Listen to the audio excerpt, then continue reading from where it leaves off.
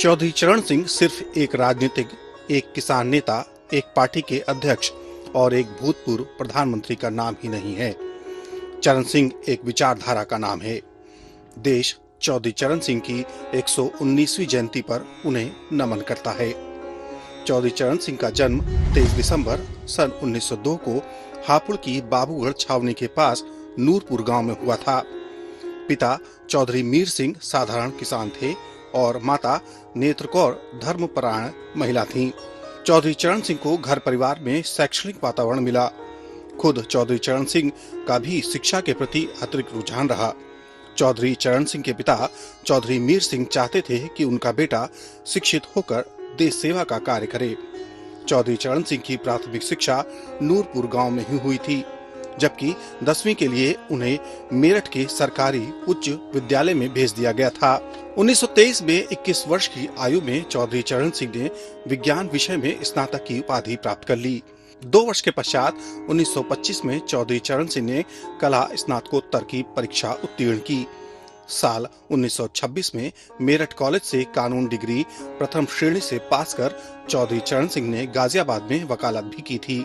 वरिष्ठ पत्रकार और लंबे समय तक बीबीसी संवाददाता रहे रामदत्त त्रिपाठी का कहना है कि देखिए, चौधरी चरण सिंह उन लोगों में हैं जिन्होंने आज़ादी की लड़ाई में हिस्सा लिया था सक्रिय रूप से। और वो जमाना था जबकि रोल मॉडल हमारे देश में महात्मा गांधी स्वयं थे, नेहरू जी थे, सरदार पटेल थे, सुभाष चंद्र बोस थे। तो चरण सिंह उन लोगों में हैं जिनकी बुनियाद जो है वो समाज सेवा में, त्याग में और खास करके जो कृषि और ग्रामीण जनता है उनके उत्थान में थी। और इसलिए आप देखिए कि और उन्होंने मतलब नमक सत्याग्रह में भी हिस्सा लिया। और वो वेस्टर्न यूपी के रहने वाले थे, बागपत में, छपरौली में। तो वहाँ उन्होंने मतलब किसानों पर खास करके उन्होंने जोर दिया और आखिर तक सरकार में रहे। और सबसे बड़ा श्रेय उनको जाता है कि जो जमींदारी उन्मूलन देखिए और वो रेवेन्यू रिकॉर्ड्स और रेवेन्यू रिफॉर्म्स जो काम बंगाल और बिहार में भी नहीं हो पाया, वो उत्तर प्रदेश में चौधरी चरण सिंह के राजस्व मंत्री रहते हुए हुआ।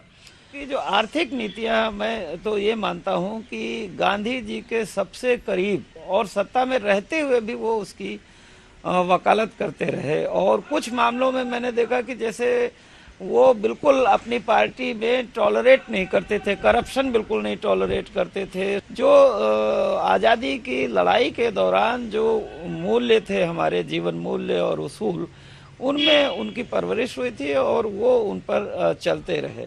कहा जाता है कि चौधरी चरण सिंह वर्ष 1929 में मेरठ आ गए थे। मेरठ आने के बाद चौधरी चरण सिंह की शादी जाट परिवार की बेटी गायत्री के साथ संपन्न हुई। गायत्री देवी का परिवार रोहतक जिले के गढ़ी ग्राम में रहता था। ये वह समय था जब देश में स्वाधीनता संग्राम तेज गति से आगे बढ़ रहा था। चौधरी चरण सिंह स्वयं को देश की पुकार से अलग नहीं रख पाए। अपने वकालत को त्याग कर उन्होंने आंदोलन में भाग लेने का मन बना लिया।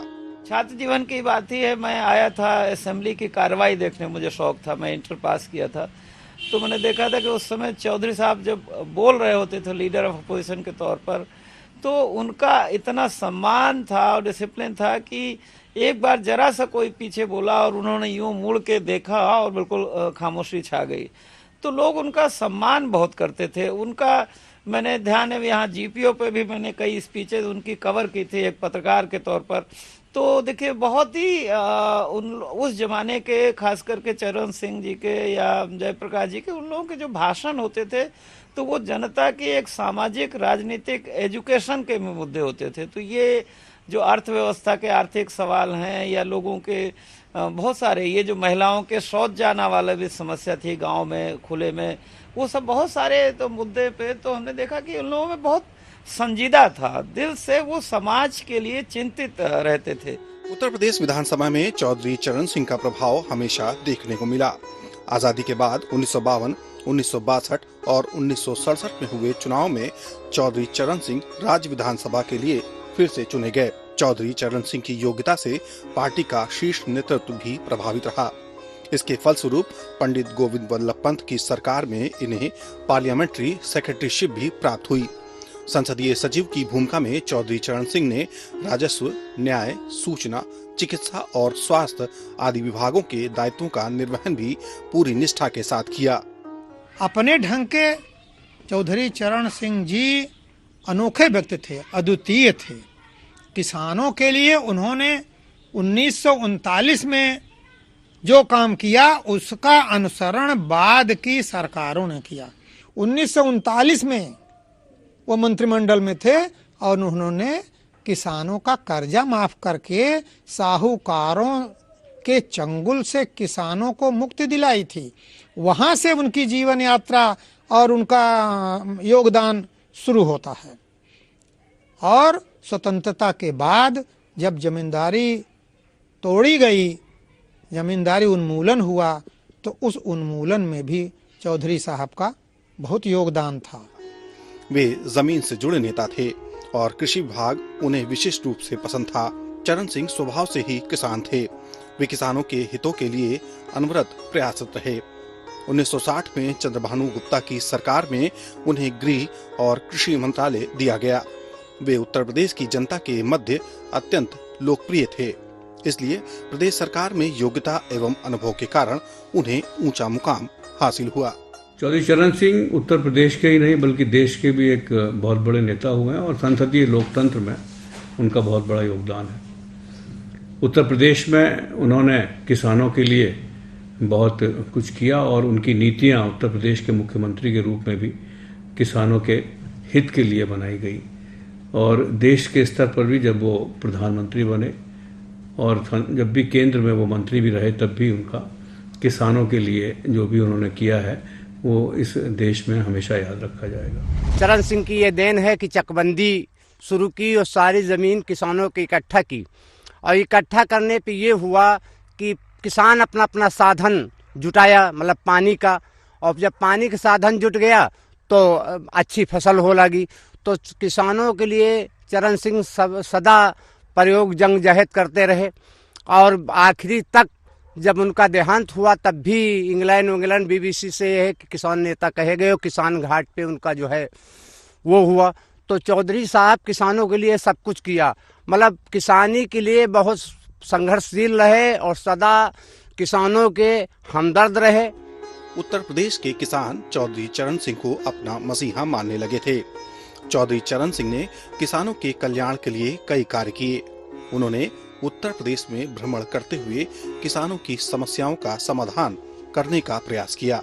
उत्तर प्रदेश के ग्रामीण इलाकों में कृषि मुख्य व्यवसाय था।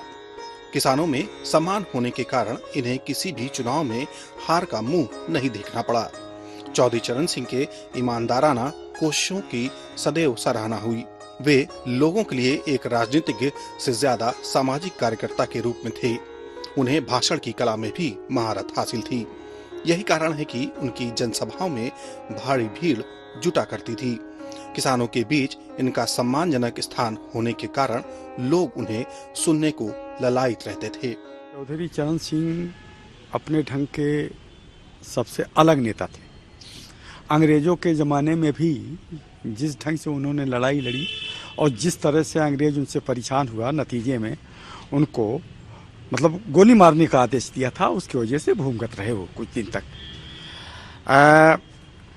उसके बाद जब देश आज़ाद हुआ, उसमें तो सक्रिय भूमिका रही आज़ादी की लड़ाई में। उसके बाद जब देश आज़ाद हुआ तो चौधरी चरण सिंह ने इस देश के किसानों की, खेतिहर मजदूरों की, गरीबों की बात की और ख़ास करके किसानों को पहचान दिलाने और उनके स्वाभिमान को जगाने और उनके स्वाभिमान की रक्षा करने में उनका महत्वपूर्ण योगदान रहा है।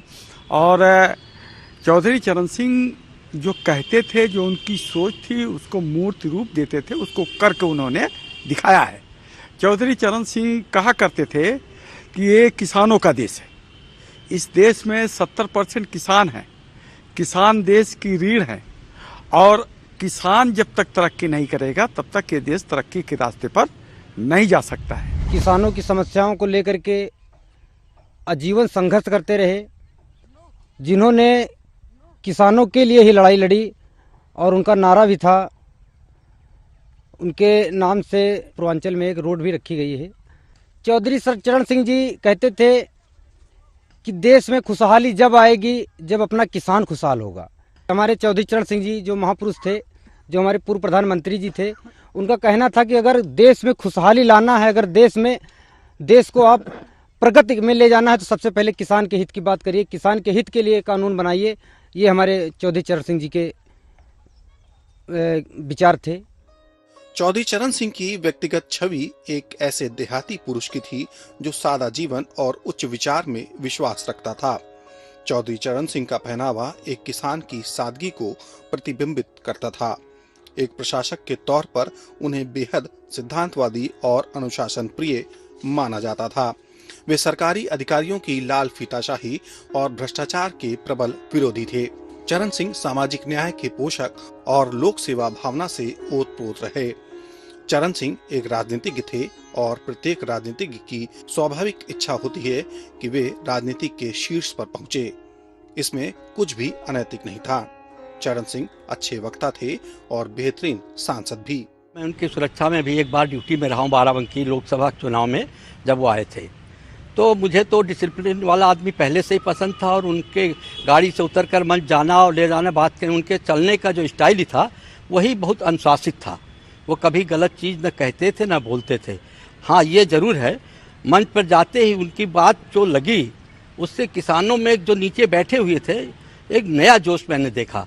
और किसान है जो चौधरी चरण सिंह जिंदाबाद के नारे जिस भाषा में लगाए उस तरीके के तमाम जगह मैंने ड्यूटी की थी, कभी उस भावना से जोश में नारे किसी के नहीं सुना था। चौधरी चरण सिंह जिस कार्य को करने का मन बना लेते थे फिर उसे पूरा करके ही रहते थे। चौधरी चरण सिंह राजनीति में स्वच्छ छवि वाले इंसान थे।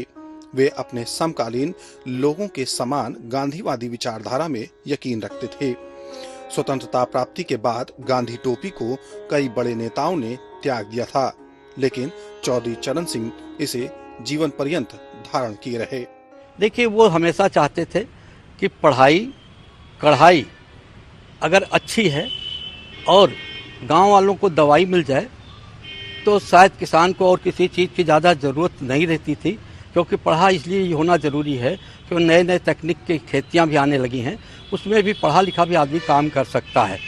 तब उस समय ट्रैक्टर नहीं थे, बैलगाड़ी और बुग्गी चलती थी। उनका छोटे स्तर से इतना था कि हर आदमी पढ़ा। वो अफसर में और किसान में कोई फ़र्क इसलिए नहीं समझते थे कि नहर पर अगर साहब की गाड़ी जाती थी तो गेट खुल जाता था, उस समय खम्भे बने थे। लेकिन उन्होंने जिस दिन शपथ लिया उसी दिन कहा कि सारे के सारे खम्भे टूट जाने चाहिए, गांव के गरीब की बैलगाड़ी और साहब की कार जीप एक ही रास्ते पर चलेंगी। और ये सब उनकी सोच ये थी, इसलिए वो चाहते थे कि सब पढ़े लिखे हों और सब एक जैसे लगें। शिक्षा के लिए हमेशा चाहते थे कि किसान मजदूर तक के पढ़ाई हो। उन्होंने जो फैसले किए थे कृषि से संबंधित, गाँवों के संबंधित, उस समय अलग धन नहीं था। उन्होंने विशेष करके धन की व्यवस्था करा करके किया और उनको लागू किया, तभी ये सब्सिडी वगैरह मिलना शुरू हुई। सब्सिडाइज खाद और इन चीज़ों का शुरुआत हुआ था, उससे पहले ये सब चीज़ें नहीं थी। ये उन्हीं की देन है जो किसानों को थोड़ा सा टेक्निक, नहीं तो किसान तो खाली वही गांव के गड्ढे की खाद को डाल करके ही अपने आप को कर लेता था, क्योंकि उसके पास में कोई साधन नहीं था, उसको जानकारी नहीं थी। बहुत कम लोगों को इस बात की जानकारी होगी कि चरण सिंह एक कुशल लेखक की आत्मा भी रखते थे। उनका अंग्रेजी भाषा पर अच्छा अधिकार था। उन्होंने abolition of zamindari, legend proprietorship और India's poverty and its solution नामक पुस्तकों का लेखन भी किया। उत्तर प्रदेश विधानसभा में जो उनका योगदान है उसके बारे में हम लोगों ने यहाँ पे उनके जो वक्तव्य हैं सदन के अंदर उनका संकलन भी कराया है। और उनकी जो कृषि से संबंधित या शिक्षा से संबंधित या अन्य जो भी शासन और प्रशासन के विषय हैं, जो उनकी नीतियाँ थीं, उनकी जो सोच थी, उसके बारे में भी हम लोगों ने कुछ संकलन कराया है। और हमारा प्रयास ये है कि चौधरी चरण सिंह जी का जो भी योगदान है हमारे शासन और प्रशासन में, संसदीय लोकतंत्र में, उसमें आगे भी उसका अभिलेख रहे और लोग उससे जानें और उससे सीखते रहें। चौधरी साहब उत्तर प्रदेश की विधानसभा के एक बहुत ही श्रेष्ठ पार्लियामेंटेरियन भी रहे हैं, और ये कहा जाता है कि उनका अर्थशास्त्र और ऐसे ही विषयों पर बहुत दखल था, और जब वो किसी भी विषय पर सदन में बोलते थे तो लोग उसको बहुत गौर से सुनते थे। इसके अतिरिक्त जो भी यहाँ पे कृषि से संबंधित नीतियाँ रही, किसानों की जो हित की बात रही, किसानों की अर्थव्यवस्था के विषय में उनकी अपनी एक मौलिक सोच थी, और निश्चित रूप से जो वर्तमान में हमारे नए जो भी विधायक हैं या जो सदस्य हैं वो उनसे प्रेरणा लेते हैं और लेते रहेंगे। हालांकि तब और अब की राजनीति को लेकर चौधरी चरण सिंह के पौत्र जयंत चौधरी कहते हैं कि चौधरी चरण सिंह जी को मैंने बचपन में देखा और बहुत कम समय मुझे उनके साथ बिताने को मिला, लेकिन क्योंकि बचपन से ही जो मैं जिस वातावरण में बड़ा हुआ हूँ, उनके संबंध में कितने किस्से मैंने सुने हैं, मुझे याद भी है कि जो पल मैंने उनके साथ बिताए, जैसे कि वो कल या परसों की बात हो। चौधरी चरण सिंह चाहे राजनीतिक मंच पे हो, चाहे घर में अपने परिवार के अपने लोगों के बीच में रहे हों, वे एक ही थे। जो विश्वास जिन बातों पे वो करते थे, उन्हीं बातों को अपने दिल की गहराई से वो बोलते थे। वे समाज सुधारक थे। वे चाहते थे कि गांव की बात जो है मुख्य धारा में पहुंचे। वे चाहते थे कि गांव के हमारे लोग देश की नेतृत्व की बागडोर संभालें, और वही गुण, वही सरलता, वही सादगी, वही ईमानदारी वे चाहते थे कि उनके घर वाले भी उनके संस्कार में ये चीज शामिल हो। चौधरी चरण सिंह, क्योंकि मैं तो एक बच्चा था घर का, लेकिन मुझे याद है कि किस तरह से परिवार को इकट्ठा करते थे। हर शाम बैठक होती थी, घर के लोग, उनके करीब के लोग, कभी भी चाहे वो उनसे मिला करते थे, लेकिन शाम को जरूर बैठ के वो बात करते थे, और उसमें सबको शामिल करते थे, छोटे भी हैं, बड़े भी हैं, उनके सहयोगी भी। तो एक ऐसा व्यवहार होता था उनका, ना जाने कितना तनाव उनके कंधों पे था, लेकिन वो कभी उन्होंने सामने वाले को महसूस नहीं होने दिया कि उनके ऊपर तनाव है। चौधरी साहब के जीवन के कई ऐसे चैप्टर्स हैं, कई ऐसी बातें हैं, उनकी नीति जो थी, जो नीतियों को लाना चाहते थे देश में, जिन पे उन्होंने एक अध्ययन किया था, और वे सामाजिक और राजनीतिक मंचों से जिनकी वकालत करते थे, जिन बातों की, आज भी वो कितनी जो प्रासंगिक लगती हैं। तो वैचारिक रूप से उनका बहुत बड़ा समर्पण था। राजनीतिक भ्रष्टाचार के विरुद्ध उन्होंने संघर्ष किया, और अपने जैसे ईमानदार लोगों को चुन चुन कर उन्होंने राजनीतिक मुख्यधारा में लाने का बहुत बड़ा काम किया था। दूसरा बड़ा उन्होंने जो प्रहार किया था वो सामाजिक भेदभाव थे, जो सामाजिक कुरीतियां हैं उनके खिलाफ बोलते थे। क्योंकि उनके कोर को अगर आप देखें, मूलतः उनकी ये इच्छा थी कि वे देश को, समाज को बदलना चाहते थे। वो चाहते थे कि लोग तरक्की करें, संकीर्णता से आगे बढ़ें। चौधरी चरण सिंह जी के बारे में ख़ास बात यह है कि वो मास लीडर थे, और उन्होंने उत्तर प्रदेश की राजनीति को पुनर्परिभाषित किया अपने समय में। और उनके विषय में ये भी कहा जाता है कि जो शुचिता शासन और प्रशासन की है, और जो इंटेग्रिटी की बात है, उसके बारे में उन्होंने विशेष रूप से अपने समय में मूल्य निर्धारित किए, और इस बात को ख़ास तौर से देखा कि जो भी इंटेग्रिटी की बातें हैं गवर्नेंस में, उसमें कोई कॉम्प्रोमाइज़ ना हो।